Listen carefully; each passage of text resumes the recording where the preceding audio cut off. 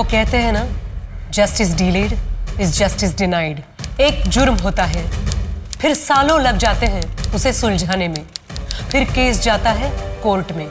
न्याय का ये सफर कई केसेस में इतना लंबा होता है कि पीड़ित या पीड़ित के परिवार वालों की लगभग पूरी जिंदगी गुजर जाती है।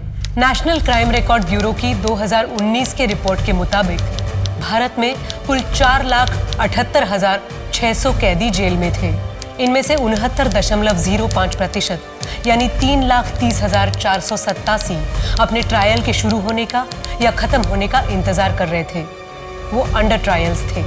इनमें से 5,011 कैदी ऐसे थे जो 5 साल से ऊपर जेल में अपनी सुनवाई का इंतजार कर रहे थे। नमस्कार, मैं सोनाली कुलकर्णी क्राइम पेट्रोल सतर्क के इस नए अध्याय में आपका स्वागत करती हूँ। आज के केस में एक जुर्म साल 2011 में हुआ था, जिसने उस वक्त पुलिस प्रशासन और मीडिया में हलचल मचा दी थी। दुर्भाग्यवश ये केस तकरीबन 1 दशक तक अनसुलझा रहा और उसका प्रतिघात तकरीबन 10 सालों बाद 2021 में हुआ। 6-7 मिनटी पे 10,000, 3-7 मिनटी पे 10,000, 2-4-15 पे 50,000, 51-50, 75,000, खाजा।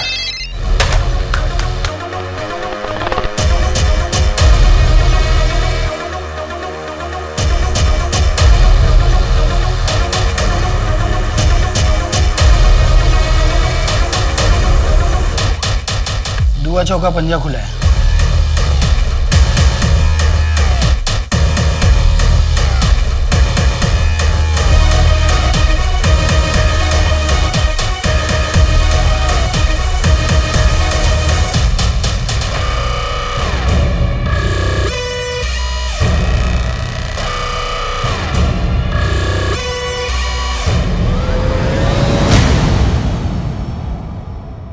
अवैध व्यापार और जुआ समाज की वो कुरीतियां हैं जिन्होंने अब तक ना जाने कितनी ही जानें ले ली होंगी।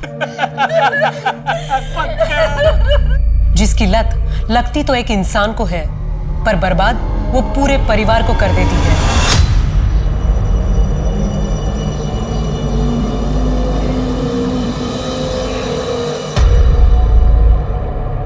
और धंधा पानी कैसा चल रहा है तेरा? बढ़िया चल रहा है। अरे धीरज अंकल, नमस्ते। नमस्ते बेटा, कैसी हो? अच्छे। अच्छा पापा, मुझे कॉलेज के बाद एक प्रोजेक्ट के काम से अनीशा के घर जाना है, तो थोड़ा लेट हो जाएगा। ज्यादा लेट मत करना। ठीक है पापा। और हाँ सुनो, ये रितेश को बोलना 1:30 बजे छवि को स्कूल से लाकर घर छोड़ना है। ठीक है मम्मी।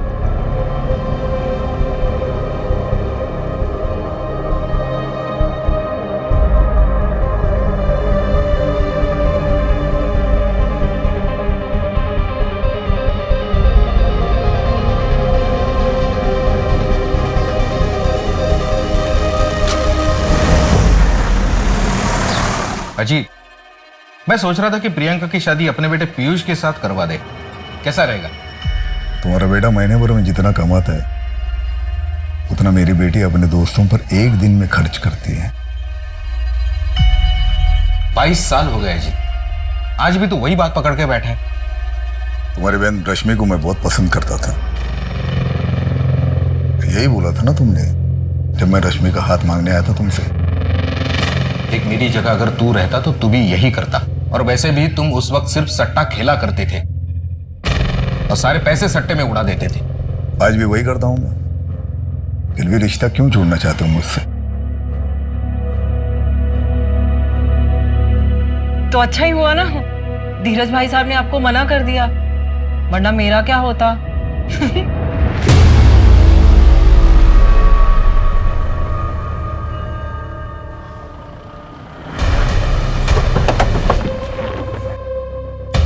ओ साहब, एक मिनट साहब, कौन है आप लोग? ऐसे अंदर नहीं जा सकते। ओ साहब, बात सुनो, ये आप लोग ऐसे नहीं जा सकते। सुनिए मेरी बात, कमरा चेक करो। साहब जबरदस्ती घर में घुस गए साहब। शेट्टी साहब, आपकी खबरी बदल दीजिए। खोखली खबर आपको देती है, आप दौड़े चले आते हो। सर्च वारंट है हमारे पास। सर्च तो हो ही रहा है ना, कर लीजिए सर्च। सर्च करिए, तसल्ली कीजिए आपकी।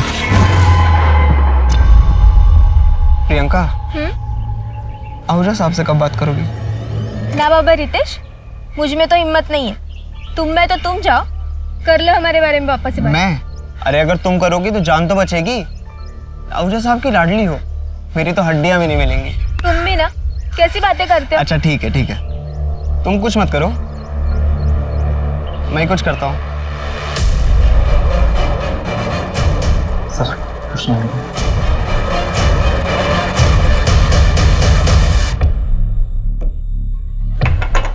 शेट्टी साहब, देखिए हम लोग शरीफ लोग हैं, आपको यहाँ कुछ नहीं मिलेगा।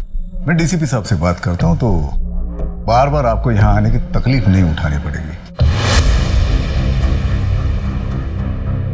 हाँ आहूजा साहब, आप टेंशन मत लीजिए, मैं शेट्टी से बात करता हूँ, ठीक है। शेट्टी, तुम्हें तो बड़ा यकीन था, टिप पक्की थी, फिर क्या हुआ?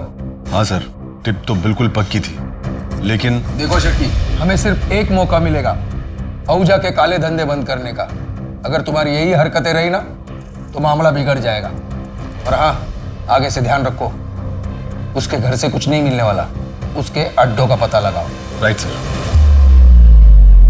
जमीन भी बेच दी पंकज ने।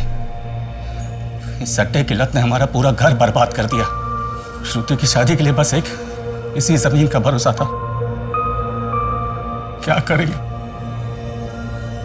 आप चिंता मत कीजिए, मेरे कुछ गहने पड़े हैं, उन्हें बेच देते हैं। देखो पहले तुम 13 साल की थी जब यहाँ लाई गई थी, उस वक्त तुम कुछ नहीं कर सकती थी, पर अब तुम कुछ कर सकती हो और मैं तुम्हारी मदद करूंगा। यहां से निकल के तुम जान जाओगे कि बाहर कितनी खुश रह सकती हो तुम। साहब, आप हर महीने यहाँ आते हो, यहाँ के औरतों को और बच्चों को मदद करते हैं, उतना काफ़ी है। यहाँ से निकल के मैं कहाँ जाऊँगी, क्या काम करूँगी? जिस्म बेचने के अलावा कुछ आता भी तो नहीं। राशन और कपड़े तुम्हें शक्ति दे देगा, लेकिन पायल फिर एक बार सोच लो, मैं तुम्हें काम दिलवा सकता हूँ। यहां से निकलोगी तो जान जाओगी बाहर कितनी बड़ी दुनिया है, कितनी अच्छी दुनिया है।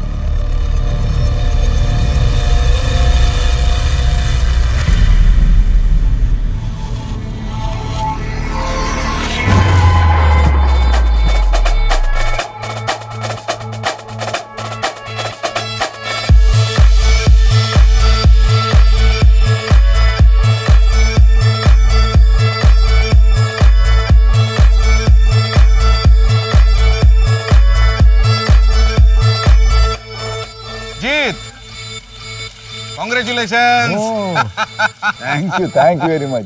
अरे आज तो तेरे लिए डबल सेलिब्रेशन का दिन होगा। एक तो तेरी एनिवर्सरी और दूसरा इंडिया वर्ल्ड कप भी जीत चुकी। क्या हराया यार श्रीलंका को आज। सेलिब्रेट कर दो, चलो चलो आओ।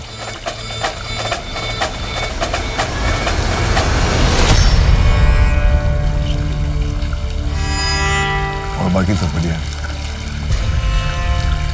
भैया। हाँ अरे वो आज मेरी खुशी में शामिल होने कैसे आ गए तुम? भैया मुझे आपकी खुशी से कोई प्रॉब्लम नहीं है।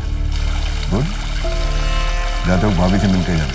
और सुनो, खाना खा के जाना। विदेश, तुम बहुत मेहनती हो। और सुनो, मुझे कोई फर्क नहीं पड़ता है कि तुम हमारे घर के ड्राइवर हो। किसी भी काम से कोई छोटा या बड़ा कभी नहीं होता। अपने अरमानों को बड़ा रखो, अपने आप बड़े आदमी बन जाओ। All the best.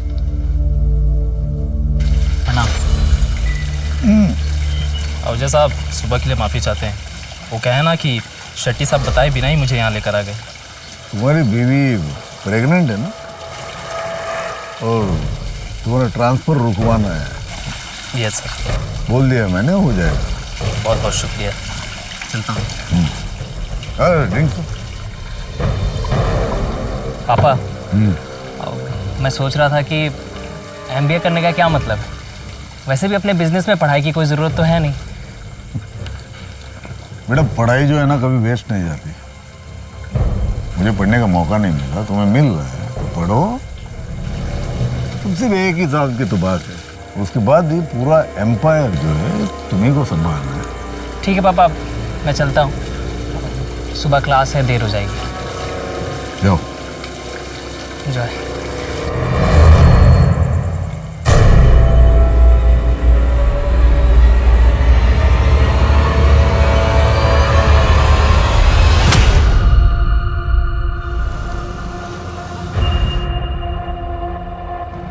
साहब, आपने हमारे बेटे की जमानत की बात की है क्या?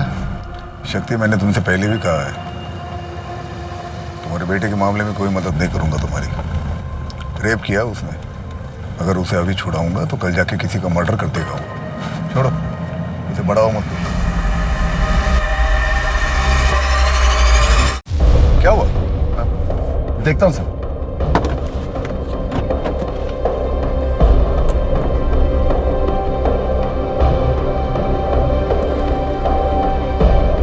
साहब, गाड़ी गर्म हो गई है, पानी लेकर आता हूं।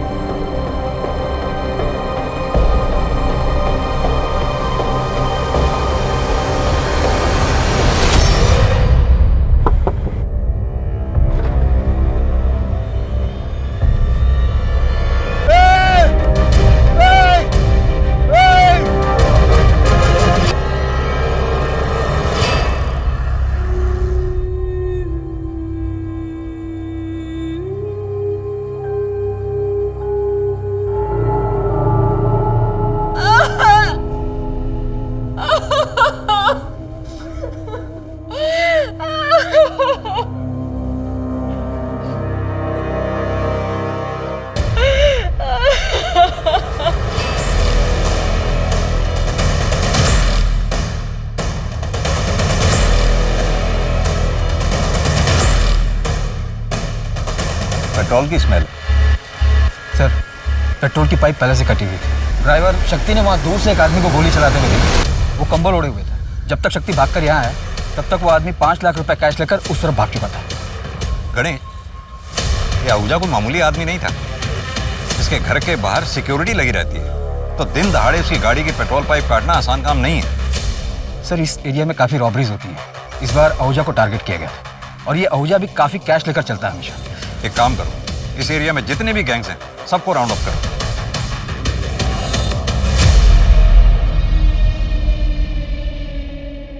सर, मैं क्लास में था, तभी मुझे शक्ति चाचा का कॉल आया। उन्होंने बताया पापा के बारे में।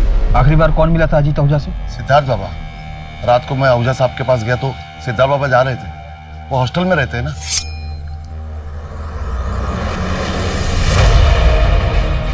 साहब, मैं निकलूं? हाँ शक्ति, तुम जाओ और सुबह 8 बजे आ जाना। वो कल नई साइट देखने जाना है।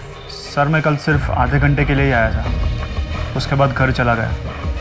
मैं सुबह ऑफिस के लिए निकल ही रहा था, तब खबर मिली। दीदी,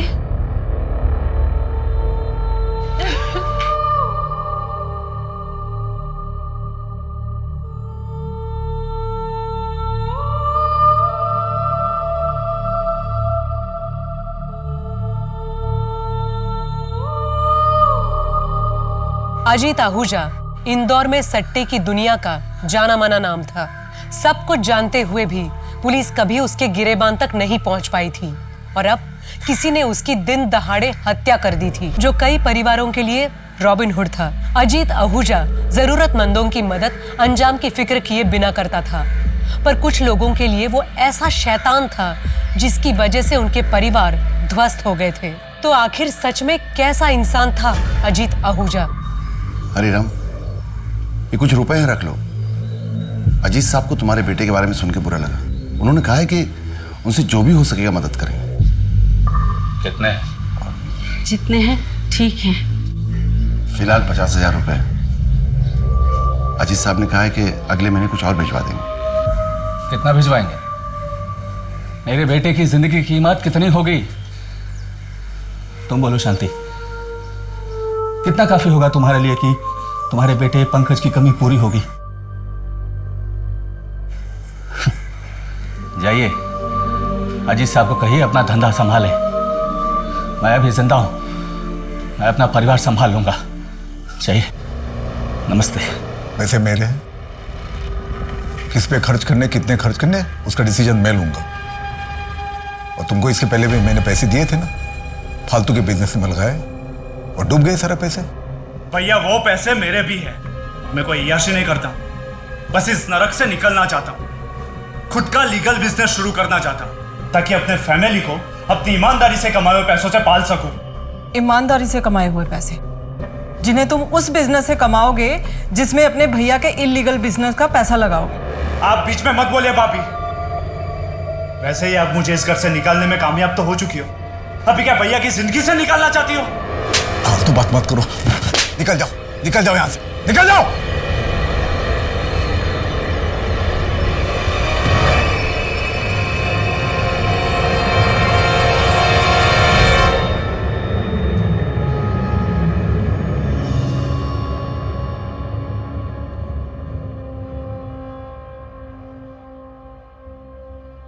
आप चिंता मत करिए भाभी, मैं सब संभाल लूंगा।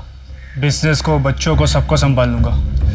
सिद्धार्थ जब अपनी एमबीए पूरी कर लेगा, मैं खुद ही उसे बिजनेस सौंप दूंगा। मैं वापस नहीं जा रहा एमबीए करने।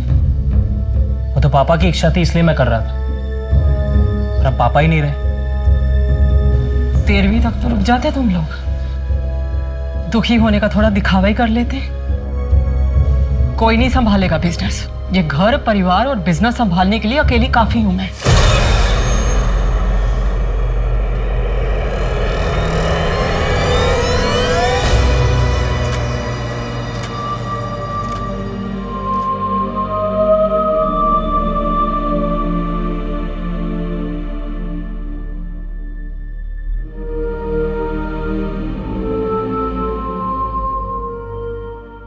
एक तो जन लोकपाल बिल के लिए लोग शहर से बाहर निकल रहे हैं, ऊपर से इस अजीत आहूजा के मर्डर से सारे शहर में खलबली मची है। सर, मुझे अजीत आहूजा की फैमिली के हर मेंबर को इंटेरोगेट करना होगा, साथ ही उससे जुड़े लोगों को भी। इसके लिए मुझे स्पेशल परमिशन चाहिए होगी सर, क्योंकि इसमें काफ़ी बड़े नाम और पॉलिटिशियंस भी हैं। कोई ज़रूरत नहीं है ज़्यादा खुरेदने की, थोड़ी बहुत इंक्वायरी करो और जल्द से जल्द ये केस बंद कर दो। वैसे भी तुमने एफआईआर में रॉबरी और मर्डर ही लिखा है ना? क्राइम सीन को देखकर तो यही लगा है सर। जिसने भी किया अच्छा काम किया है, समाज के वायरस को खत्म कर दिया। ऐसे क्रिमिनल्स का तो एनकाउंटर कर देना चाहिए था, किसी और ने हमारा काम कर दिया। अब तुम इस केस को जल्द से जल्द बंद कर दो।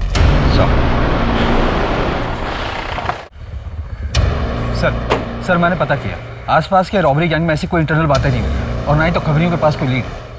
अजीत आहूजा पे अटैक हुआ है, कोई भी रॉबर इस बारे में बात करने से कतराएगा। अपने खबरी नेटवर्क को एक्टिव रखो, कभी तो पता चलेगा किसने अटैक करवाया है। पेट्रोल का पाइप कटा हुआ था, यही बात मुझे खटक रही है।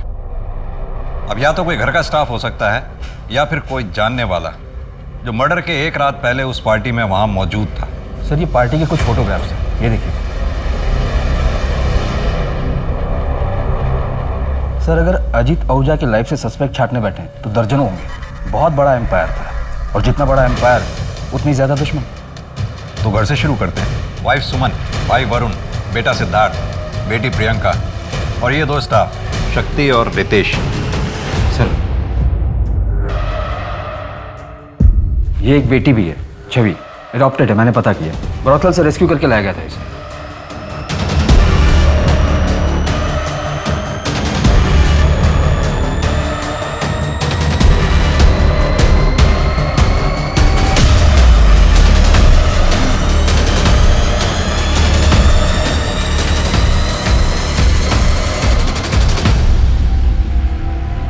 घर के अंदर से अगर कोई हो सकता है तो वरुण ही हो सकता है।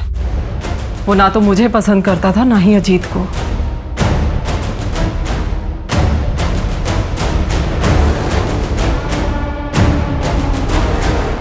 सारी दुनिया जानती है आपके हस्बैंड अजीत आहूजा इंदौर के सट्टे के बिजनेस के बादशाह थे।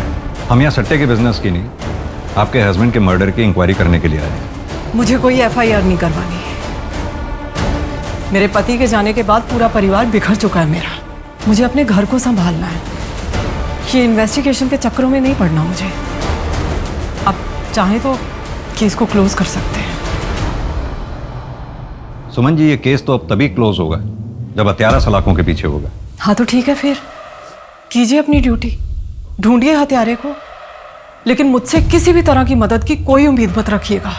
एक बात पूछूं आपसे, आप अपने हस्बैंड की मौत पे उतना दुखी नहीं लग रही जितना होना चाहिए। शोक मनाने का वक्त नहीं है मेरे पास। क्या उम्मीद करते हैं आप मुझसे? रोऊं? महीनों तक सदमे में पड़ी रहूं? देखिए, मेरे पति का मेरे और मेरे बच्चों के सर से साया उठने के बाद मुझे उनकी सुरक्षा भी देखनी है। हमारा कोई नहीं है अब। इस घर की पूरी जिम्मेदारी मेरे ऊपर है। सदमे में जाकर जो मेरे पास बचा है ना, मुझे वो भी गंवाना नहीं है। गलत उम्मीद कर रहे हैं आप मुझसे।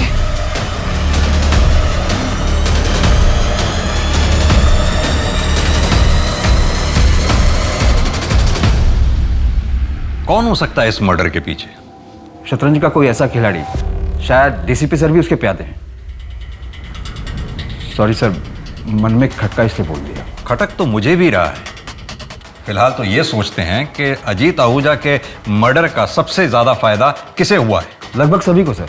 सोर्सेज की माने तो सट्टे का बिजनेस अब सुमन चलाती है। बेटे सिद्धार्थ ने एमबीए छोड़ दिया क्योंकि वो उसे करना ही नहीं था।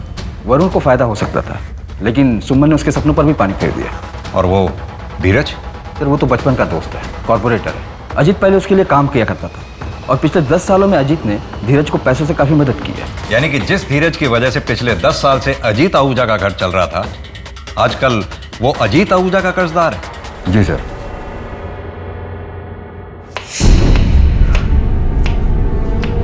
देखो ना, मैंने सब जेवर जमा करके देख लिए। अगर इन्हें बेचें तो कुल मिला के 1.5-2 लाख से ज्यादा नहीं मिलेगा। पता नहीं तेरे पापा कैसे कह रहे हैं कि इसमें सब कुछ हो जाएगा। उस दिन आहूजा साहब ने जो पैसे भेजे थे वो ले लेते तो अच्छा ही होता।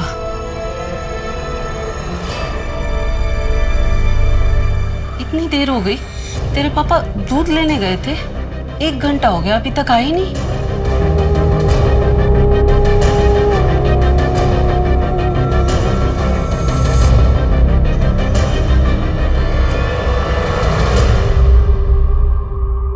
शेट्टी साहब, आपने अजीत के इतने ठिकानों पे छापेमारी की, इतनी एक्यूरेट इंफॉर्मेशन आपको मिलती कहां से थी? हमारे अपने सोर्सेज होते हैं और आप तो अच्छी तरह जानते हैं हम अपने सोर्सेज कभी रिवील नहीं करते। और आप डायरेक्टली डीसीपी सर को रिपोर्ट करते हैं? बिल्कुल। अजीत के मर्डर की प्लानिंग इतनी बारीकी से की गई थी, और यह काम वही कर सकता है जिसे कानून और सबूतों के बारे में बहुत बारीकी से जानकारी है। या तो वो पुलिस का कोई आदमी हो सकता है, या फिर कोई हिस्ट्री शीटर या हार्डकोर क्रिमिनल। आपकी नजर में भी तो कोई रॉबर्स का गैंग होगा ही जिसे आपने गिरफ्तार किया हो और जो अब बेल पे बाहर हो। आपका इशारा किस तरफ है चौधरी साहब? मैं बस सोच रहा हूं कि ये क्राइम एक परफेक्ट क्राइम। कोई भी क्राइम परफेक्ट नहीं होता। हाँ, हमें खोदना पड़ता है। एक आदमी था हरिराम, सट्टे में अपना सब कुछ गंवा चुका था। उसके बाद हरिराम ने भी सुसाइड कर लिया, और हरिराम की तरह न जाने कितने परिवार अजीत आहूजा की वजह से बर्बाद हो गए। जो होता है अच्छे के लिए होता है। समाज के लिए खतरा था अजीत आहूजा। समाज के लिए खतरा अजीत आहूजा नहीं, उसका कारोबार है जो अब भी चल रहा है। मुझे इस बात का दुख है कि शतरंज के इस खेल में शह और मात देने के बावजूद, राजा के मरने के बावजूद ये खेल आज भी चालू है, क्योंकि राजा की इस गद्दी पर अब एक रानी बैठी हुई। दुआ नवा मिंडी। ये मिंडी क्या होता है? साहिबा, नहले के बाद जो भी आता है उसे हम 0 में गिनती करते हैं, और 0 मतलब अपनी भाषा में मिंडी। ठीक है, तुम शक्ति से मिल लो और अगले हफ्ते से मटका 6 बार खुलेगा। 6 बार कुछ ज़्यादा ही रिस्क हो जाएगा साहिबा। और आहूजा साहब तो इतना रिस्क कभी। आहूजा साहब अब नहीं रहे। अब ये खेल मेरा है, और जो मैंने कह दिया वही नियम है। किसी को मंजूर नहीं है तो छोड़ के जा सकता है।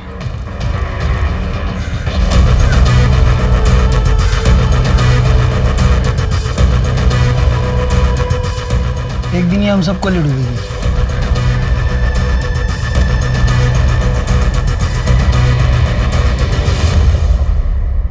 सर, अजीत की पोस्टमार्टम रिपोर्ट आ गई और बैलिस्टिक रिपोर्ट, और सर उनकी बॉडी से जो बुलेट मिली वो 9 mm की थी, जो ग्लॉक 17 पिस्टल में यूज होती है। गणेश, एक काम करो, बुलेट की रजिस्ट्रेशन डिटेल्स निकलवाओ। हालांकि पता चलना तो बहुत मुश्किल होगा, क्योंकि कोई भी रॉबर्स रजिस्टर्ड गन तो इस्तेमाल करेंगे नहीं। सर, हो सकता है इन सबके पीछे वरुण आहूजा का हाथ, उसने किसी गैंग को हायर किया हो। लेकिन मुझे लगता है इस शतरंज के खेल में बादशाह को मात देने वाला वजीर कोई और ही है। ये मेरी पिस्तौल रजिस्टर्ड है। पर ये क्यों चाहिए आपको? क्योंकि अजीत आहूजा के ऊपर जो गोली चलाई गई थी वो ग्लॉक 17 पिस्टल से ही चलाई गई थी। ये पिस्तौल किसी के पास भी हो सकती थी, भैया के पास भी थी। इनफैक्ट भैया ने सिद्धार्थ को ग्लॉक 17 पिस्तौल ला कर दी थी। वो भी कातिल हो सकता है। इनफैक्ट घर का कोई भी मेंबर कातिल हो सकता है। अब वो औरत सुमन से जाके क्यों नहीं पूछते? बहुत पहुंची हुई औरत है, मिडिल क्लास फैमिली से थी। भैया बिहा कर उसे लेकर आए थे। 2 साल में अपनी औकात बताना शुरू कर दी। शक्ति से पहले जो ड्राइवर था उसके साथ रंगे हाथ पकड़ी गई थी। भैया उसके प्यार में थे, माफ कर दिया। आज भैया तो नहीं रहे, पर वो राज कर रही है, करोड़ों के कारोबार की अकेली मालकिन। ये लो, लाइसेंस वाली है। 2 लाया हूं, एक तुम्हारे लिए और एक तुम्हारे भाई सिद्धार्थ के लिए। अपनी बेटी को कोई गन गिफ्ट करता है क्या? मुझे नहीं चाहिए ये, आप ही रखिए। और पापा टेंशन मत लीजिए, मुझे कुछ नहीं होगा। आप ही रख लीजिए ना इसे, मुझे तो आपकी चिंता लगी रहती है। मुझे कुछ नहीं होगा, तुम लोग सेफ रहोगे ना, मुझे कोई टेंशन नहीं। सिद्धार्थ की पिस्टल पिछले हफ्ते पॉलिशिंग के लिए दी थी और ये रही उसकी रसीद।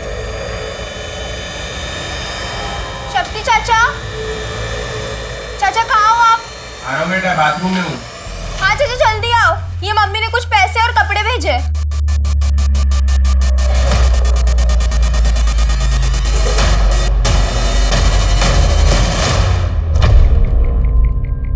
सर मुझे लगता है कि वरुण ने जानबूझकर सुमन के अतीत का पत्ता हमारे पास फेंका ताकि हमारा शक वरुण से हटकर सुमन पर चला जाए।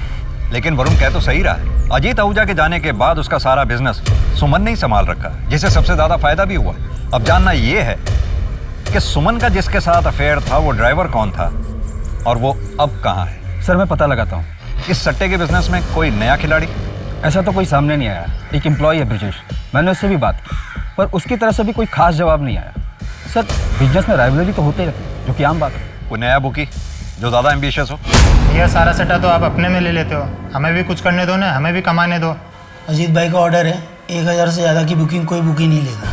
इतना ज़्यादा मत उड़ो, जितने का बिजनेस दे रहा हूँ ना उसमें खुश रहो। एक्सक्यूज मी सर, प्रियंका का फोन। स्पीकर ऑन करो। हाँ प्रियंका बोलो। सैलरी तेरी 10,000 रुपए है, तेरे घर में इतने पैसे आए कहाँ से? अजीत साहब को मारने के बाद कार से जो पैसे उठाए थे वो पैसे थे हमारे घर में। बिना हाथ लगाए ही कन्फेस कर लिया। अब ये भी बता दे कि अजीत आहूजा को मारा क्यों? तू तो बहुत वफादार था ना उसका। क्या क्या सिला मिला 15 साल की वफादारी की? पैसों की जरूरत थी हमको, बेटे की जमानत करवानी थी। अजीत साहब हर अनजान आदमी की मदद किया करते थे, और जब हमको जरूरत पड़ी तो साफ मना कर दी। उनको मारने से पहले भी हम बहुत हाथ जोड़े उनके पास जाके, किस हमारी मदद कर।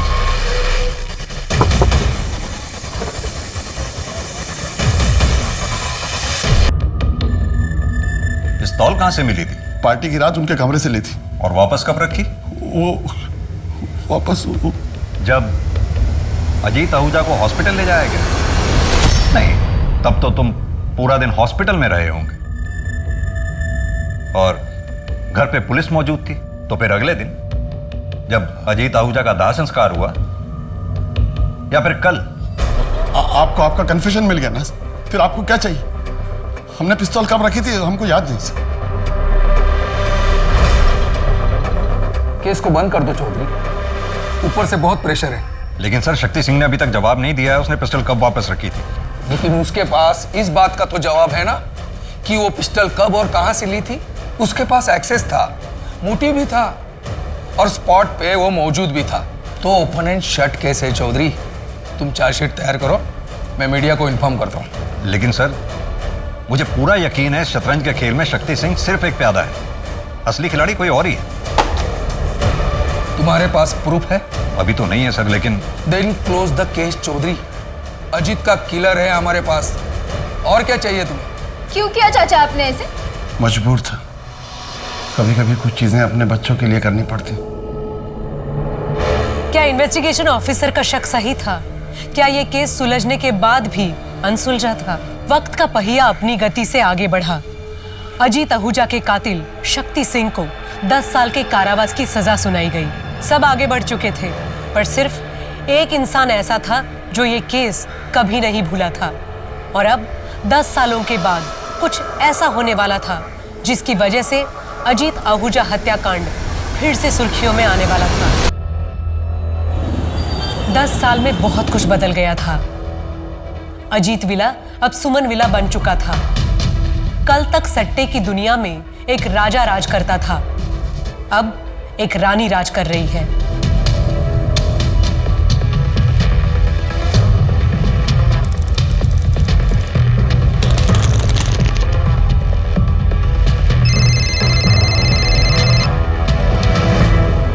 पाँच सात 9 खुला है।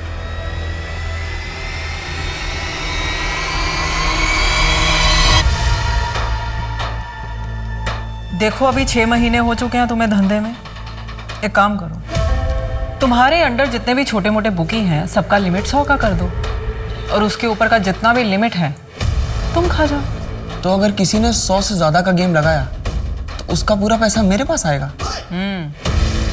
रिस्क भी बड़ा होगा, लेकिन तो अगर पाने में 1 लाख लगाया और नंबर निकल गया तो 1 लाख का 8 करोड़ देना पड़ेगा तुम्हें, और वो लोकल बुकी के सर पे नहीं रहेगा। अरे प्रियंका, तुम्हें ऑफिस छोड़ना था ना? हाँ मम्मी जी, मैं ऑफिस के लिए निकल रहा हूँ। ओके चलो मम्मी, निकलती हूँ।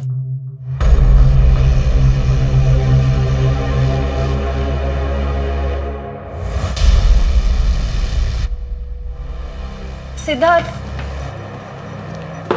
आपकी वॉच। थैंक्स। मम्मी, आप ऑफिस नहीं चल रही? हिसाब किताब पूरा गड़बड़ है तुम्हारा, इसे चेक करके शाम को आएंगे। अच्छा मम्मी, मैं सोच रहा था भोपाल में हैंडल करना शुरू कर दूं। कोई ज़रूरत नहीं है, रितेश अच्छे से संभाल रहा है ना वहाँ पर काम। तुम पहले ये इंदौर का एक इलाका तो संभाल लो ठीक तरह से, बाद में पैर पसारना। क्या हिसाब किया है तुमने?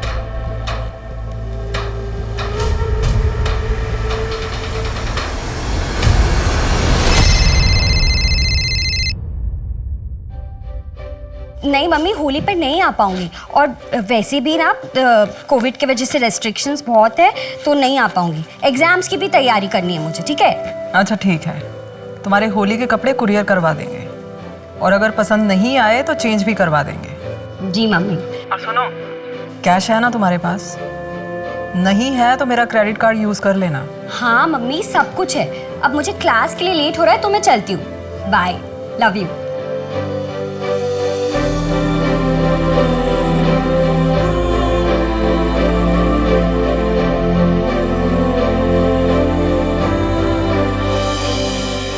सुमन, मुझे समझ में नहीं आता, लोग तो बेच बाज के सट्टा क्यों खेलते हैं? लत है अजीत साहब, लत बड़ी बुरी चीज़ होती है, और प्लेटफॉर्म तो आपने ही दिया है ना उन्हें, खेलेंगे क्यों नहीं? और वैसे भी इसी लत के दम पर तो आप अपना साम्राज्य चला रहे हैं। अरे भाई, मेरा बिजनेस है, मैं थोड़ी ना किसी को धमका के सर पर गन रख के जबरदस्ती कर रहा हूँ। भाई आओ सट्टा खेलो। बहुत पैसे कमा लिए ना, अब एक काम करते, सब कुछ छोड़ छाड़ के या फिर किसी और के हवाले करके किसी और जगह चलते हैं। देहरादून। देहरादून? पहले से सोच के रखा है क्या? आप वहां पर आराम करना और मैं पॉलिटिक्स ज्वाइन करूँ।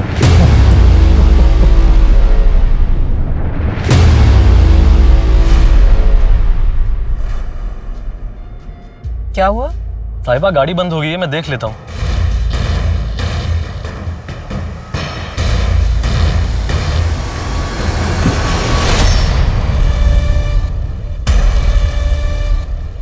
गाड़ी को भी यही खराब होना था।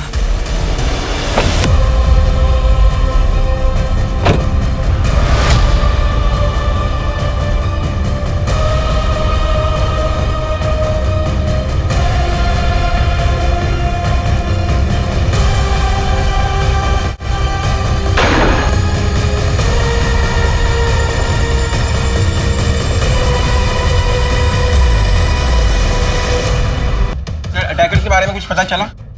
देखिए, सुमन आहूजा पर जानलेवा हमला हुआ।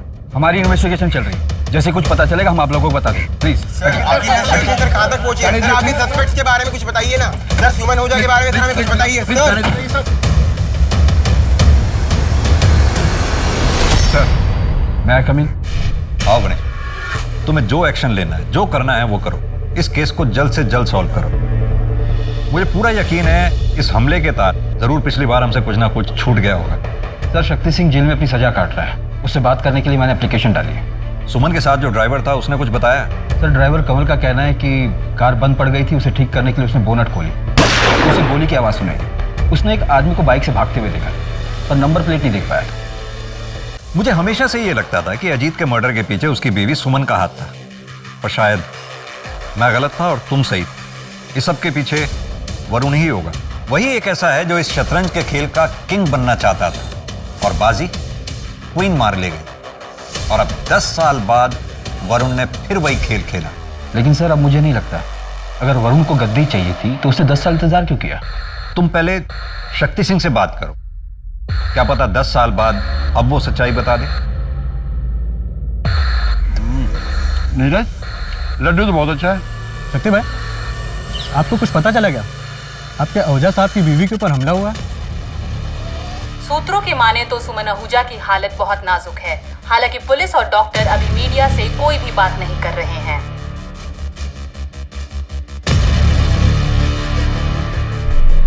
किसको पता था सुमन जी कंस्ट्रक्शन साइट पे जा रही है? मम्मी अपने शेड्यूल के बारे में किसी को नहीं बताती थी, और ड्राइवर को भी वो गाड़ी में बैठने के बाद ही बताती थी। दीदी दीदी, मम्मी कैसी है? ठीक है ना मम्मी?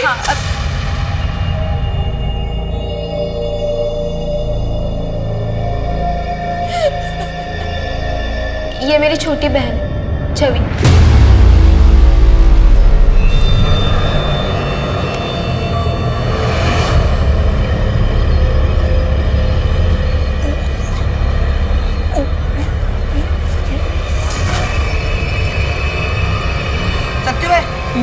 सत्य भाई, शक्ति सिंह मरा नहीं, मारा गया। उसे मारकर एक और राज दफन किया गया, पर सुमन अभी जिंदा है। वो ठीक होकर जरूर पलटवार करेगी। सर शक्ति सिंह का जेलमेट नीरज, कल ही उसे बेल मिली और कल ही उसने अपने घर से आए लड्डू शक्ति सिंह को खिलाए थे। इस नीरज की बेल किसने कराई? उसकी वाइफ ने। अब वो अपने गांव चला गया। ट्रैक करो, उसे फौरन उठा के ले आओ। वो सुमन को जो बुलेट लगी थी उसकी बैलिस्टिक रिपोर्ट आई क्या? जी सर, सेम पिस्टल, क्लॉक 70। 10 साल पहले अजीत आहूजा भी इसी तरह से मारा गया, तो क्या समझे? इतिहास अपने आप को दोहरा रहा है। सर मुझे लगता है कि सुमन पर हुए अटैक के जड़ तक पहुंचने के लिए हमें अजीत के मर्डर केस की फाइल को फिर से ओपन करना होगा। इस शतरंज के खेल में पिछले 10 साल से लेकर आज तक जितने भी मोरे हैं सबको फिर से टटोलो। शायद सुमन के केस की वजह से हम अजीत आहूजा के मर्डर केस को सही मायने में क्लोज कर पाए। सर ये सेंट्रल जेल के विजिटर लिस्ट की कॉपी है। पिछले 10 साल में कौन कौन ड्राइवर शक्ति सिंह से मिलने आया था, इसमें सबकी एंट्री है। मैं शक्ति से मिलने इसीलिए जाता था ताकि अजीत भैया के असली कातिल का पता लग सके। वो तुम ही थे ना जिसने शक्ति सिंह की बेटी की बेल कराई और फिर अजीत को मारने के लिए कहा। सुमन पर अटैक भी तुमने ही करवाया था और शक्ति को भी अपने रास्ते से हटा दिया। तुम्हारे सच्चाई का आखिरी सबूत हो शक्ति सिंह, उसे भी खत्म करवा दिया तुमने। अभी तक सिर्फ फिल्मों में देखा सुना था, पर अभी सच में लगने लगा है कानून अंधा होता है। आप लोगों को सुमन का असली चेहरा नहीं दिख रहा है?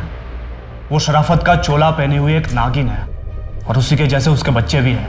क्या पता है अटैक सिर्फ एक नाटक हो जो सुमन ने खुद करवाया हो। सुमन के पास कोई मोटिव ही नहीं है। 10 साल पहले अगर उसने करवाया होता तो हम ये मान लेते कि ये अटैक उसने हमें गुमराह करने के लिए किया, पर अब वो ऐसा क्यों करेगी? तुम गुमराह कर रहे हो हमें, जैसे पिछली बार सुमन के अफेयर के बारे में बताकर किया था। सर इनका लॉयर आया है। गुमराह तो आप लोग खुद हो पिछले 10 सालों से।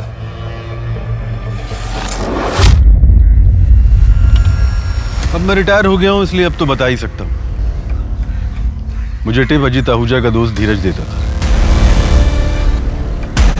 मैं उससे नफरत करता था और इसीलिए उसे तबाह कर देना चाहता था। तो नफरत और जलन में तूने अजीत को मरवा दिया, पर सुमन पर अटैक क्यों करवाया? ना ही मैंने अजीत को मरवाया है और ना ही मैंने सुमन पर अटैक करवाया। तो फिर किसने करवाया? सिद्धार्थ।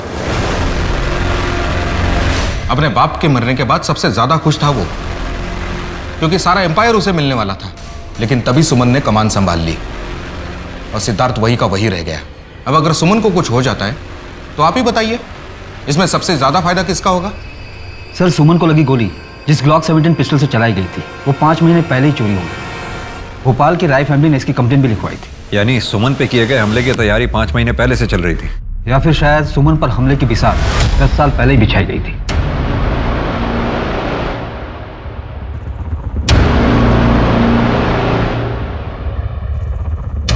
अजीत मर्डर केस में हमारे पास ये सारे सस्पेक्ट्स थे। इन सस्पेक्ट्स में थे सुमन हमारी मेन सस्पेक्ट थी, लेकिन वो अब विक्टिम हो गई। बाकी बचे ये लोग। सर, 2 सस्पेक्ट्स और भी हैं। पहली छवि सुमन और अजीत की अडॉप्टेड बेटी, और दूसरा रितेश जो कि प्रियंका आहूजा का हस्बैंड है, जो 10 साल पहले उसका ड्राइवर था। सर, फिलहाल इस फैमिली में यही 2 लोग हैं जो ब्लड रिलेटिव नहीं है। इस छवि को तो रेस्क्यूड कराया गया था ना ब्रॉदल से। अजीत और सुमन ने उसको अच्छी जिंदगी दी, सब कुछ दिया, फिर वो सुमन पर अटैक क्यों करवाएगी? इनफैक्ट अजीत के मर्डर के समय तो ये छवि 10 से 12 साल की रही होगी। नहीं गणेश, ये पॉसिबल नहीं है। पता नहीं सर, पर मुझे छवि और रितेश दोनों खटक रहे हैं। तो फिर फील्डिंग लगाओ, देखें क्या हाथ लगता है। अरे ये आपका वॉलेट। छवि के एडमिशन का कुछ हुआ? थोड़ा डोनेशन देना पड़ा लेकिन हो गया है। मैंने चेक दे दिया है। चेक? हाँ, वो आपके ब्लैंक चेक साइन किए हुए पड़े हुए थे ना मेरे पास। देने से पहले एक बार पूछ तो लेती। उसके बैकग्राउंड की वजह से दिक्कत आ रही थी बहुत ज्यादा, इसलिए दे दिया मैंने चेक। हो गई एडमिशन अभी। मैंने लॉयर से बात की है, एडॉप्शन की कुछ फॉर्मेलिटी तो पूरी करनी है, वो जल्दी पूरी कर लेंगे हम लोग। सर, सुमन आहूजा से लेटेस्ट सभी के कॉल रिकॉर्ड्स मैंने स्टडी कर लिए हैं। इसके अलावा कुछ भी सस्पिशियस नहीं है। उठाओ इसे। जी सर। और इसके बारे में कुछ पता चला? हाँ सर, जेलर शर्मा से बात की मैंने। नीरज के विजिटर लिस्ट में भी इसका नाम है। इसका पूरा बैकग्राउंड चाहिए मुझे। सर, आप ऐसे बदतमीजी क्यों कर रहे हो मेरे साथ? आहूजा फैमिली का दामाद हूं मैं। ये देख, पिछले 8 महीने से तेरे नंबर पर अलग अलग लैंडलाइन से कॉल आ रहे हैं, और ये सारे नंबर देहरादून पीसीओ के। छवि पड़ती है ना वहाँ पर। अफेयर चल रहा है ना तुम लोगों का? सर, क्या बकवास कर रहे हो आप? वो बच्ची है, वो 10 साल की थी तब से मैं उसे जानता हूँ, और वो फैमिली के बारे में पूछने के लिए मुझे फ़ोन करती थी। तो तुझे ही क्यों करती थी? वो भी अलग अलग लैंडलाइन से। मैं जीजा हूँ उसका, क्यों नहीं कर सकती मुझे वो फ़ोन?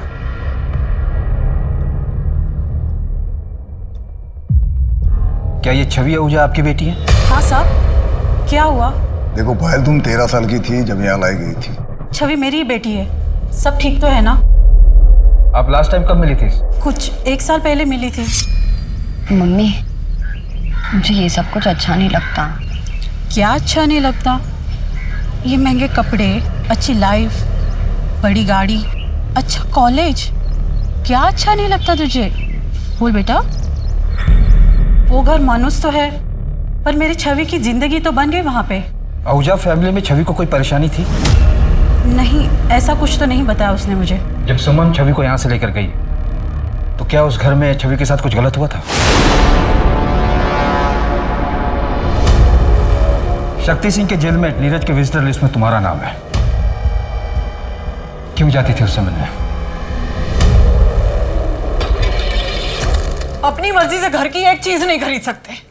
सब कुछ दिया है तुम्हारे बाप ने, लेकिन आजादी नहीं, खुशी नहीं। अरे खुद तो सब पर पैसे लुटाते रहते, और हम अपनी मर्जी से एक पैसा भी खर्च नहीं कर सकते। और तुम भी करते रहना इंतजार। तुम्हारे हाथ में कारोबार नहीं देने वाले ये। पर मम्मी, हम कर भी क्या सकते हैं? आप तो जानती है ना, पापा किसी की सुनते भी तो नहीं है। एक तरीका है, अगर तुम मेरा साथ दो ना, ये पूरा कारोबार तुम्हारा हो सकता है। तुम ये कर पाओगे शक्ति? मेरे बेटे को बचाने के लिए मेरे पास कोई चारा भी नहीं। कल तुम मेरा काम कर दो, तुम्हारे बेटे की बेल की जिम्मेदारी मेरी। काम कल ही हो जाना चाहिए। हाँ, मैं शक्ति अंकल से मिलने जाती थी। मैंने जेलर से सेटिंग कर रखी थी।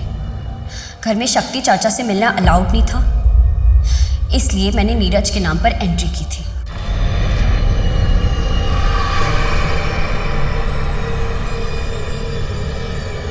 शक्ति ने तुम्हारे पिता अजीत आहूजा का मर्डर किया, फिर भी तुम उससे मिलने जाती थी। क्या उनके मर्डर की वजह तुम थी? नहीं। तो तुम्हें पता है उनका मर्डर किस वजह से हुआ? किसने मरवाया था उन्हें?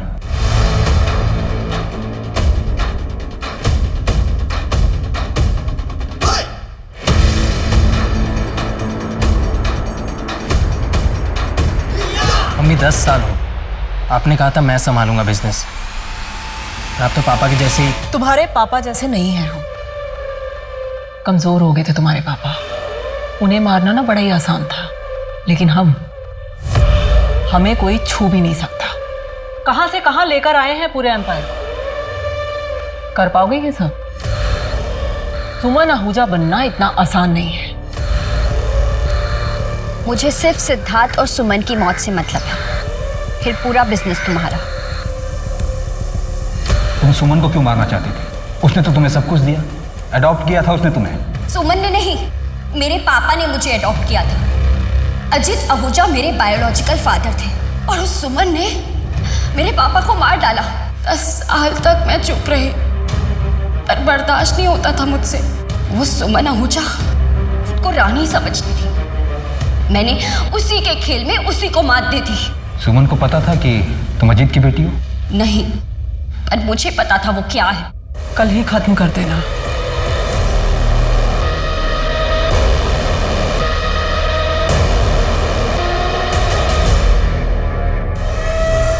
पुलिस ने सुमन आहूजा अटैक केस के साथ साथ अजीत आहूजा मर्डर केस को भी सुलझा लिया है। अजीत आहूजा मर्डर केस में सुमन आहूजा को अरेस्ट कर लिया गया है। क्या अब इसके साथ ही आहूजा सट्टे के बिजनेस पे रोक लगेगी? ड्राइवर शक्ति की भी हत्या जेल में सिद्धार्थ आहूजा ने सुपारी देकर करवाई थी।